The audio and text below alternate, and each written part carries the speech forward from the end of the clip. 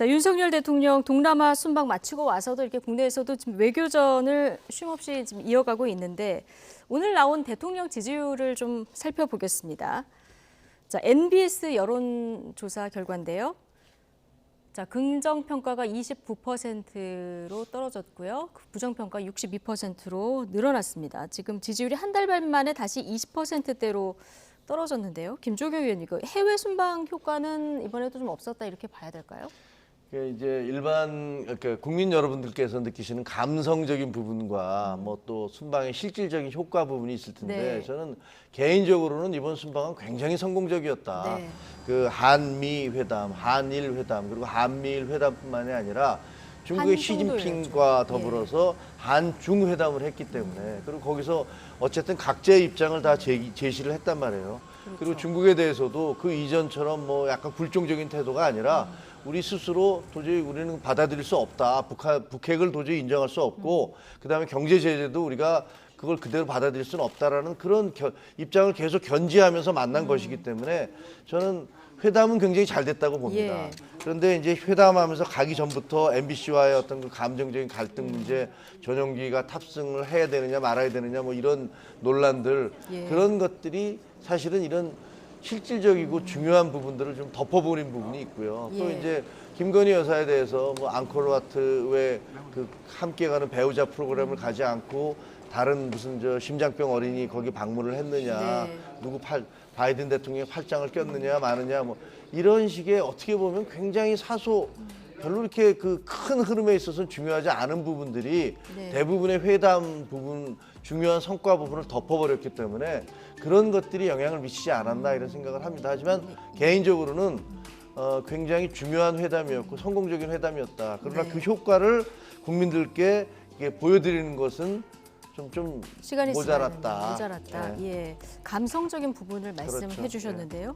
어쨌든 지금 말씀하신 대로 한미 회담, 한일 회담, 한중 회담까지 다 이번에 열고 왔는데 그 순방에 대해서 효과가 나타낼 법도 한데 이게 나타나지 않는 거는 말씀하신 대로 어떤 해외 순방에 따른 부수적인 논란 이런 부분이랑 이태원 참사 이런 영향이 좀 있었다고 봐야 될까요? 그렇죠. 일단 MBS의 전국 지표조사 같은 경우에는 2주 간격으로 해요. 그렇죠. 이게 전주가 아니니까 전에 조사가 11월 3일이었거든요. 네. 그때는 이제 이태원 참사가 벌어지고 한 4일 정도 지나고 나서 이제 조사가 됐고 실제 조사는 그러니까 더 앞에서 한 거니까 그렇죠. 하루 이틀밖에 안 된 거예요. 그러니까 사실 그때는 정부가 정말로 어떤 잘못이 있었는지에 대해서 잘 사람들이 이제 평가를 못 내리는 그런 상황이었죠.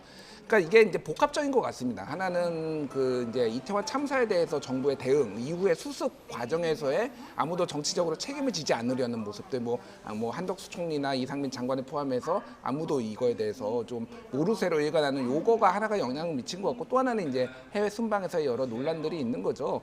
그래서 뭐 전체적으로 보면은 이게 이제 징크스로 좀 굳어지는 것 같아요. 해외 순방만 가면은 지지율이 떨어진다. 올라가야 되는데 이게 역대 정부에서는 다 올라갔었고 웬만하면은 소폭이라도. 근데 지금 윤석열 정부 들어서는 지금 다 떨어졌어요. 전부 다 해외만 나갔다 하면은 지지율을 생각하면은 진짜 그냥 국내에 계시는 게 낫지 않나 이런 생각이 들 정도인데 이 논란이 좀 아쉬운 부분이 있어요. 저도 그러니까 정부가 정말로 이번 성과에 대해서 정말로 집중할 의지가 있었느냐. 근데 대부분 스스로 자초한 거거든요. 예. 그렇다면 취재제야, 뭐 MBC 전용기 탑승 배제 그리고 김건희 여사 논란도 물론 뭐 야당이 무리하게 좀 공격을 했다라고 네. 볼 수도 있지만은 그런 것들을 왜 그런 식으로 기획을 해가지고 그런 빌미를 주냐라는 거죠. 좀 전반적으로 좀 점검을 다시 할 필요가 있을 것 같습니다. 예. 지금 말씀하신 MBC 전용기 탑승 배제 이게 불필요한 논란을 불러일으켰다 이렇게 말씀하셨는데 자 여론조사 결과가 있습니다. 이게 적절한가 적절하지 않느냐 이렇게 물어봤을 때 부적절한 조치였다 이게 65%로 월등히 높은 모습이거든요. 자 김종익 의원님 국민의힘 비대위원이시기도 하고 여당의 비대위원이시니까 이 계속 이런 불필요한 논란들이 계속 이어지면서 대통령 지지율이 30% 안팎에서 이제 벗어나지 못하는 이런 상황이거든요. 이거 어디서 이 지지율 상승의 동력을 찾아야 될까요? 아니, 동력보다는 좀 아쉬운 부분이 있어요. 저는 지금 그 정권이 출범한 이후에 큰 방향에 있어서는 제대로 길을 찾아가고 있다고 생각을 합니다.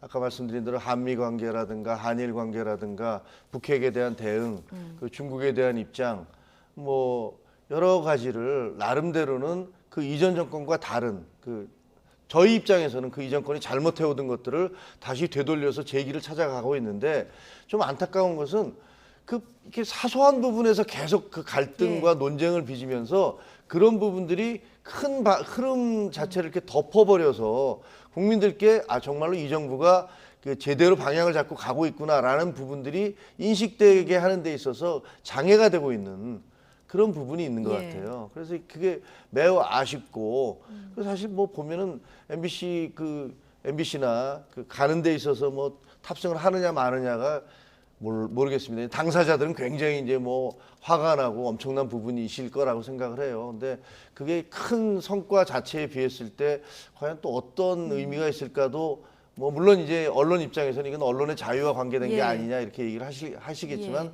저희는 뭐 그것이 언론 자유가 아니라 부당한 어떤 계속된 왜곡 보도에 대한 우리 나름대로의 방어 조치다라고 이렇게 얘기를 해왔으니까 저도 그런 입장이고요. 그래서 좀 안타까운 부분이 있습니다. 그러니까요. 이게 국민 감정에서 어느 정도 크게 받아들이냐 이건 이제 국민들이 판단하는 몫이기 때문에 좀 안타깝다 말씀해 주셨는데 오늘 국민의힘 김상훈 비상대책위원이요. 지도부 공개회의에서 MBC의 광고를 중단해야 한다는 취지의 발언을 해서 또 논란입니다. 주요 발언 직접 듣고 오시죠. 그동안 MBC는 윤석열 대통령과 현 정부의 악의적인 보도와 의도적인 비난으로 뉴스를 채워왔습니다. 그럼에도 불구하고 MBC의 각종 프로그램은 유력 대기업의 광고로 도배가 되고 막대한 수익을 올리고 있습니다. MBC 광고 제품 불매 운동에 동참하고 있는 분들은 사회적 기업이자 국민의 기업인 삼성과 여러 기업들이 MBC에 광고로 동력을 제공하는 것을 즉각 중단해야 하며 이는 선택이 아닌 의무라고 역설합니다. 공영방송을 자처하고 있는 MBC와 광고주들의 귀를 기울여야 할 대목입니다. 네. 자, MBC 광고 제품 불매 운동하는 사람들의 말을 이제 빌긴 했는데요. 뭐 기업에 MBC 광고를 하지 말라는 사실상의 이제 압박으로 들리는 부분이 없지 않기 때문에 이게 논란이 큽니다. 깜짝 놀랐습니다. 깜짝 놀라셨죠? 이거는 뭐 이제 1980년대 전두환 시절로 돌아가는 거냐 이런 생각이 드는데 저는 개인적인 좀 악몽이 있어요. 뭐냐면 제가 예전에 지금은 이제 뉴스톱이라는 매체에 있지만 전에는 경향신문에 있었거든요. 무슨 일이 있었냐면은 이명박 정부 때였는데 광고가 경향신문이 굉장히 어려웠어요. 그래서 갑자기 기업들이 광고를 끊기 시작했어요. 근데 왜 이렇게 광고를 안 주냐라고 기업들한테 물어보면은 정부 모 기관 뭐 아니면 여기에서 전화가 온대요. 요즘 경향신문에 광고하는 거 잘 봤습니다.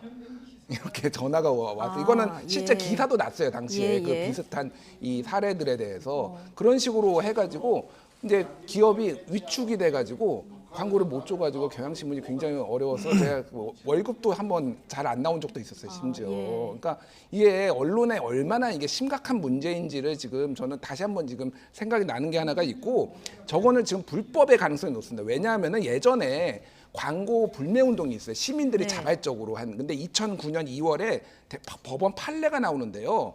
광고 영업은 보호받아야 될 법익이다. 이렇게 판사가 이제 얘기를 하고 광고 불매 운동은 업무방해죄에 해당된다라고. 다만 이게 공익성이 있기 때문에 이거에 대해서는 가볍게 이제 처벌한다라고 당시에 있었거든요.